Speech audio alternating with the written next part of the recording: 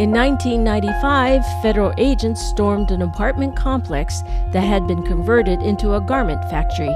They found 72 Thai nationals illegally in America and in working conditions that can only be described as modern-day slavery.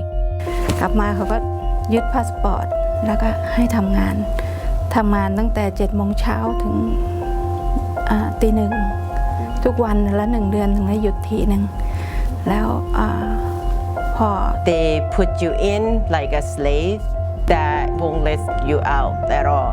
That's my experience. I don't want that happen to anybody else. We were shocked by the brutality of the slavery. We were shocked that those who could have stopped this practice did not.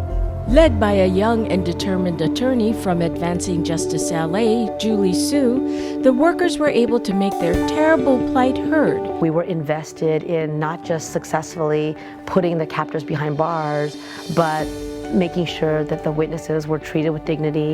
This was not an ordinary smuggling case.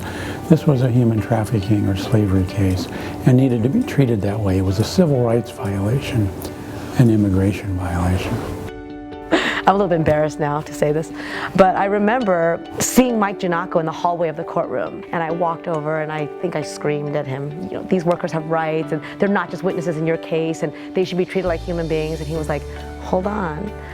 That's what I think too. And that turned out to be more true than I could have imagined, and probably than he could have imagined. I fought to keep all 72 workers here in the country to assist in the case, and also I thought it was the right thing to do. Advancing Justice came to us once it became clear that the case would not settle quickly and they would need substantial litigation support and trial help. This is the type of case that people go to law school for the opportunity to handle. Julie had this approach to litigation which was very unique. Instead of the lawyers telling the clients what they needed and what they should do, she involved them in all strategy planning sessions, in all major decisions. She very much involved them in the advocacy. From day one, they were willing and interested and able to tell their story, and they did so, and they did so very poignantly. Arriving in Los Angeles Airport, being put into a van and shipped immediately to El Monte, never to see freedom again. Sue, along with community, church, and labor groups like the Thai Community Development Center, helped bring the captors to justice. Sweatshop abuse is much more common, and the same companies that are doing it to one are doing it to another, and if we don't hold them responsible, we're not going to end sweatshop abuse. The American criminal justice system at that time, and still isn't, really set up to develop and work on a slavery case. So that was when we relied on other stakeholders like Advancing Justice that were indispensable to making the case go forward. The judge sided with the workers in a landmark decision that opened the door to corporate responsibility in subcontracted industries. I got a call from Mike, and he told me Janet Reno is coming to town to talk about civil rights, prosecutions, and how community-based organizations can work better with prosecutors.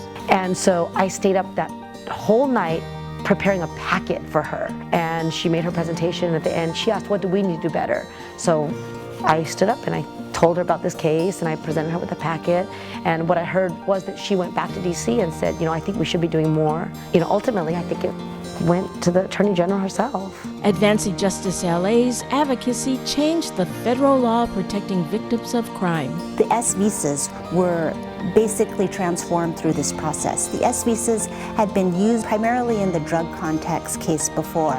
So for the first time, trafficking victims could cooperate with the United States in prosecuting the criminal defendants and then receive legal status for the duration of the case. It also led to the creation of T and U visas, allowing for other people who came after them to have a sense of protection while their court cases played out. This really was a phenomenal team effort. You don't accomplish the things that were accomplished 20 years ago and have the impact that you have without all hands on deck. We were particularly inspired and amazed by the bravery of the workers, especially in their pursuit of justice.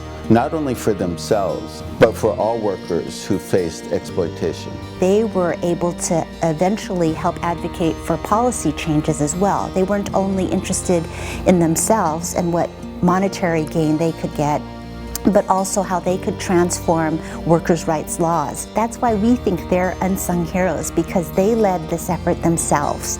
ที่มีเรื่องเกิดขึ้น20 ปีแล้วก็เขาก็ไม่ลืมพวกเราก็ไม่ลืมพวกเขาแล้วก็เป็นคนงานที่แบบว่าคนงานที่ตกทุกข์ได้ยากเราไม่รู้เขาจะได้แบบอย่างที่แอลมอนเต้นี้ไปช่วยเหลือองค์กรอื่นค่ะประสบการณ์ของเราหลังจากที่เขาช่วยเราออกมาได้แล้วและเคสของเราเนี่ยเขาก็ไปช่วยคนอื่นได้เยอะ The lawsuit resulted in over $4 million in settlements. The Thai workers have since moved on from the life they once knew. They thrived in a way their captors never could have imagined. Many of them have purchased homes, right? Got their little piece of the American dream. Many of them have brought other family members over who are in school, who are studying. Many of them, surprisingly, have not shared their stories with their families quite as much.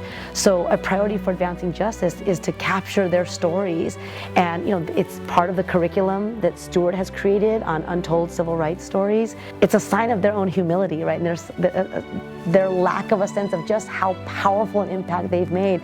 A lot of their own family members haven't heard their story. Most of my cases, I get paid by the hour, but every now and then my compensation is priceless.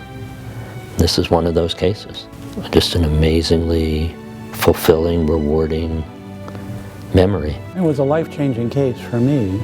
Every year there is a reunion that I attend, and it's always good to see how far they have come along. The annual Freedom Celebration is a wonderful reunion of many of the workers as well as their families now, and our staff and some of the community groups and legal team members who come together to celebrate this victory for justice. When you think about that time when they basically had nothing to where they are now, it's really, really heartwarming. 20 years is a long, long time. We all remember all the staffs that have been helped. But thank you so much from the bottom of all Thai workers at Monte. Thank you.